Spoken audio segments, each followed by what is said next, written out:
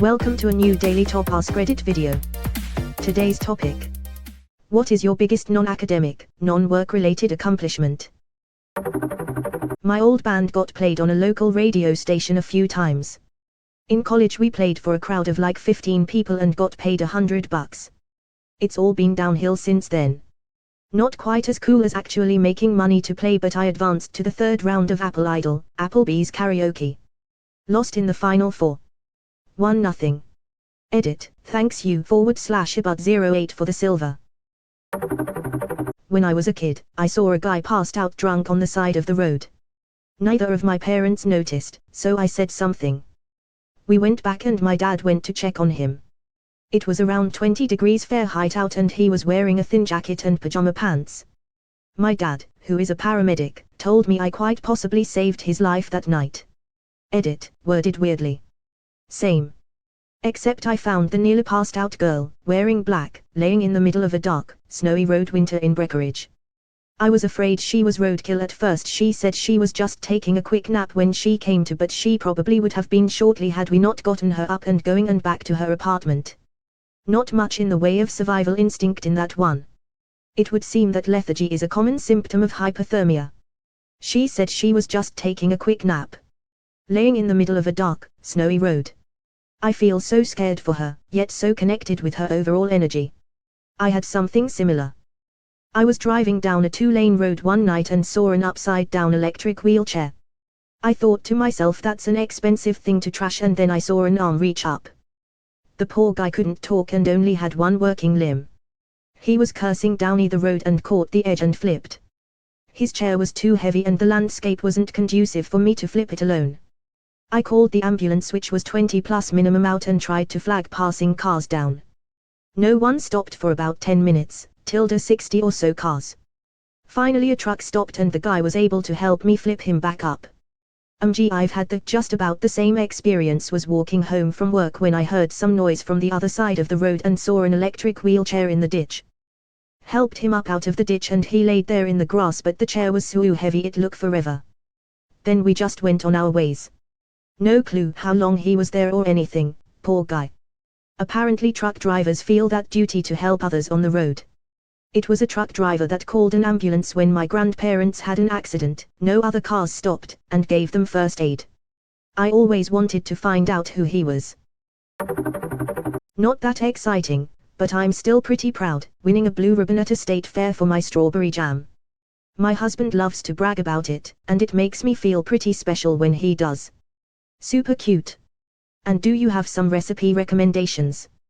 I just use the recipe from Gel box, which calls for 7 cups sugar and 5 cups crushed strawberries, with 1 packet pectin and half a tablespoon of butter to prevent foaming. It's super easy to make, although I recommend going to a farm to get your berries instead of using grocery store berries. It makes the perfect gift. Relearned how to walk after my brain injury. I think I figured out what's wrong with my brain. On the left side there's nothing right and on the right side there's nothing left. Saved a lady from drowning at the Outer Banks about 10 years ago. I live there and this comment caught me way off guard, lol. r/Uteshi Olpus. My stroke recovery. I can walk, use my left hand, and I can cook again. Things aren't perfect, but considering that I couldn't pick my head off of the pillow the day after last Christmas, I am doing fantastic. Congrats dude, you beat death that day and are recovering, wishing you good health. One time when I was a kid, I was chasing my sister around the house with a wiffle ball bat, like how kids do.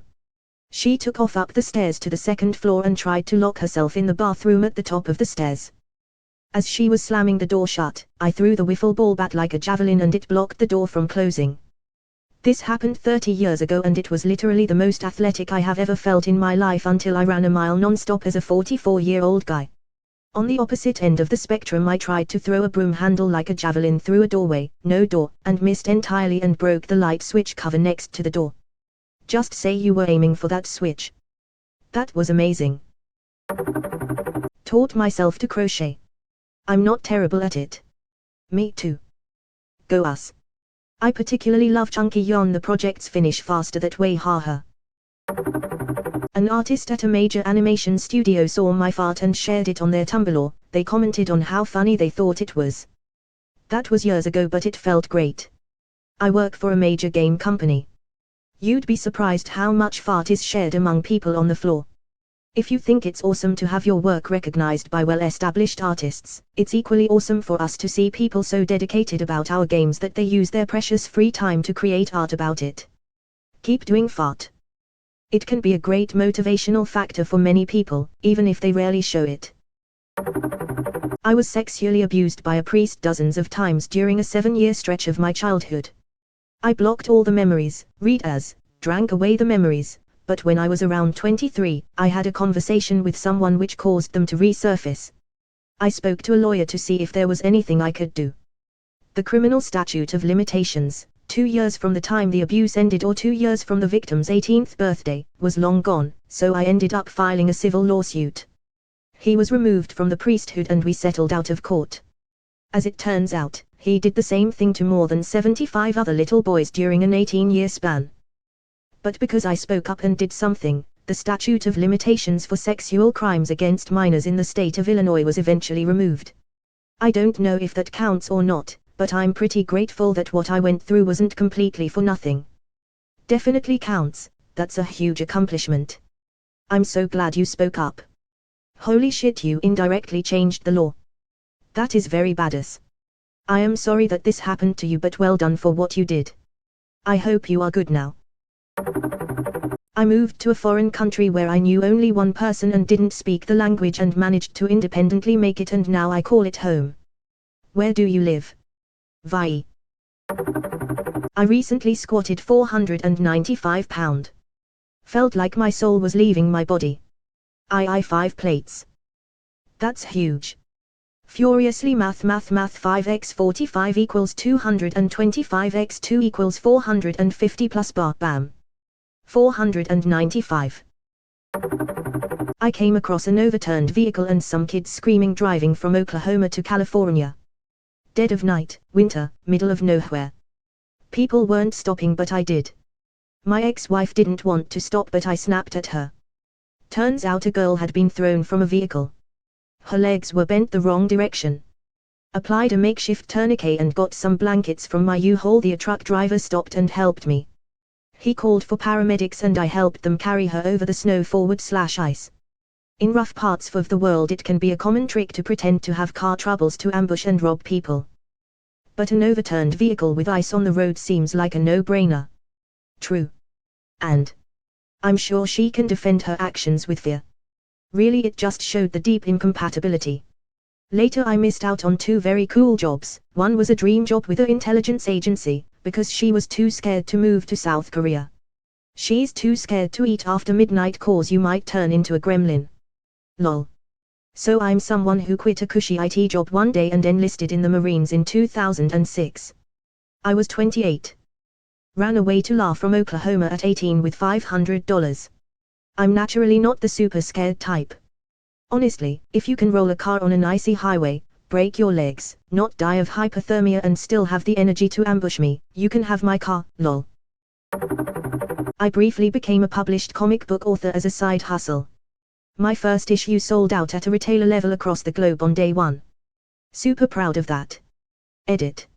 Okay. Wow, this blew up. I just want to take a moment to thank every single person who took the time to express that they've heard of Dr. Crow or better yet read it or purchased a copy before. You have no idea how much that means to me on a personal level, but on a professional level I linked my publisher to this thread and they've now agreed to publish a collected edition of Dr. Crow. You read that u/Seth_Latrells_alt. It's coming. I can't thank you folks enough for helping make this reality. It was literally you guys discussing Dr. Crow that will make a collected edition a reality. Thank you. This has happened extremely fast so I can't provide more info right now, but if you'd like to try to keep up to date on info regarding the collected edition of Dr. Crow, give me a follow over at Twitter and be sure to follow 215 Inc. And let them know you want more Doc Crow. Thank you so much for your support. You've made a bitter man extremely happy today. What's the title if you don't mind, /? It's still available for sale digitally here. I volunteer for an animal rescue. Last year, I vaccinated just under 600 cats and kittens. My only qualification is that I also shot a lot of drugs into myself in the 1970s. What a way to turn self-harm into something positive for the world. Also, thanks for doing the work, taking care of the creatures who need help. Never really thought about it that way. They should make a Breaking Bad style series about a drug addict phlebotomist. But it would immediately have no plot and have nothing exciting happening. Maybe somebody would be like, wow, nobody is ever able to get me on the first try. Cuts to the main character fully passed out, sitting slumped with his back against the bathroom door. Could be someone trying to break out of that life and go on the straight and narrow as a phlebotomist, but their past life keeps trying to drag them back.